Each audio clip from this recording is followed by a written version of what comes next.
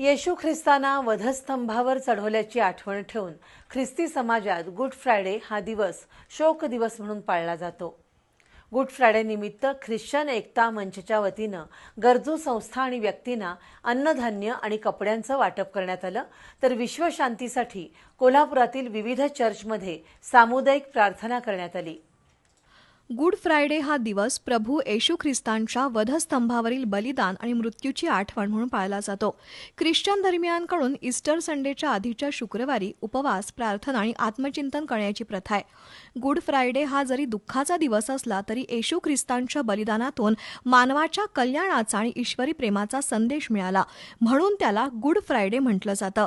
एकमेकांचे ओझे व्हा या बायबलच्या शिकवणीनुसार ख्रिश्चन एकता मंचच्या वतीनं गेले 40 दिवस अनेक उपक्रम राबवण्यात आले। त्यामध्ये विविध गरजू संस्थांना, व्यक्तींना फळं, अन्नधान्य आणि कपड्यांचं वाटप करण्यात आलं। तसंच ठिकठिकाणच्या चर्चमध्ये जाऊन येशूंनी दिलेल्या बलिदानाबद्दल कृतज्ञता व्यक्त केली। यावेळी जॉन भोरे, अक्षय साळवे, जीवन चव्हाण, कोमल चव्हाण, जोशुआ सावंत, निर्मला साल्डाना, एंजिलिन गोम्स, प्रमोद आवळे, सुहास माने, आशिष कुरणे, सुरेंद्र माने यांच्यासह महिला आघाडी सदस्या उपस्थित होत्या।